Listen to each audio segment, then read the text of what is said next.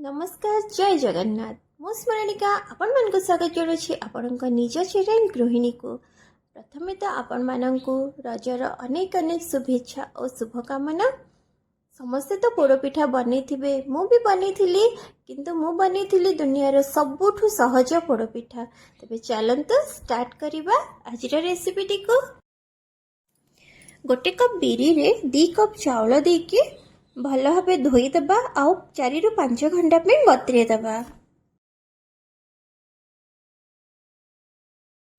जेमती आम चकुली पिठा पे आण प्रस्तुत करुचे पूरा सेमती ही भल भाव बतरी गला परे ताको बाटी नबा। बाटी सारिला परे भी 4 ରୁ 5 घंटा आम बाहर रखीदबा। देखंतु माँ 4 ରୁ 5 घंटा बाहर रखी देइथिली। एटा बहुत बढ़िया से फुली जाइछि। मु सबु बैटर नहीं नथिली कम बैटर रे कली। सेथिरे टिके लुण दे दबा और आधा कप गुड़ नहीं जिबा आउ नड़िया दबा। बेस एतकी ही पड़िबो। आपन को भल लगे तो अलैच पाउडर दे परिबे नहले न देले भी चलिबो। आउ हेथिरे टिके गुआ घियो दे देबे आउ भल भाबे हाथ रे गोळे नेबे। गुड़ जमती पूरा मेल्ट हो जिवो। मो पोड़ पिठा कुकर रे करिबी तो सेपटे मो कुकर रे गोटे स्टैंड दे दीची छोटिया स्टैंड भितर ताको मो प्रीहीट करनी 10 मिनिट पे। देखंतु जो थिरे आमे पिठा बसेबा ताको भल भाबे घियो रे ग्रीस करि नेबे। घियो टिके अधिका देबे तो पिठा बहुत। वीडियो टी को लाइक करि दियंतु अधिक रु अधिक शेयर करि दियंतु और मो चैनल को सब्सक्राइब मध्य करि दियंतु। बहुत जन देखुचंदी वीडियो किंतु सब्सक्राइब करू नहंती तांको मो अनुरोध करूची प्लीज प्लीज प्लीज चैनल को सब्सक्राइब भी करि दियंतु। आउ हाँ बेल आइकन को भी दबे देबे जोथि तेरा कि मु जहाँ भी अपलोड करबी आपन को पाखे तार नोटिफिकेशन पहुंची जिवो।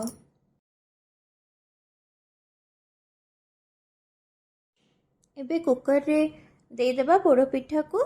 प्रथम में हाई फ्लेम रे 5 मिनिट बसेबे। हाँ आउ कुकर रा कवर जो अच्छी तार जो रबर आउ व्हिसिल को मु बाहर करि देइछि। 45 मिनिट बसिला परे देखंतु मु देखैली जे टिके कंचा रहिथिला भीतर। तापरे आउ 15 मिनिट बसे देइथिली पूरा गोटे घंटा लागिला। प्रथम 5 मिनिट हाई फ्लेम रे बसेला परे ताकू लो करि देबे फ्लेम को आ गोटे घंटा पर्यंत बसेबे। मझिरे टिके चेक करिवे काले आपन को पिठा जल्दी भी ही जिवो। तो पोड़ पिठा पूरा ठंडा ही जाइथिला ताकू मु एम्ति ही काटी दउची। देखंतु एबे करिबा चलंतु प्लेटिंग। पोड़ पिठाटी बहुत ही सहज बनेवा पे आ खाइबा पे भी ताठू भी आउरी अधिक टेस्टी। तो आपण माने घरे निश्चय बनेबे आ मते कमेंट करिके निश्चय जणेबे केमती लागिला। आउ प्लेटिंग टा बहुत खाली खाली लागुचे ना। रजर पोड़ पिठा बिना पान रे बहुत अधूरा अधूरा लगे। तो पान खिला सहित पोड़ पिठा वाह केते बढ़िया लगे ना। ताहले एथि दे दबा आमे पान।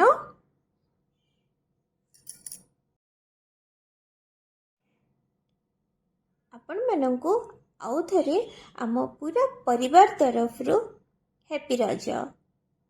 तो देखंतु आपण माने भी टेस्ट करंतु केमती लागुची। एंजॉय।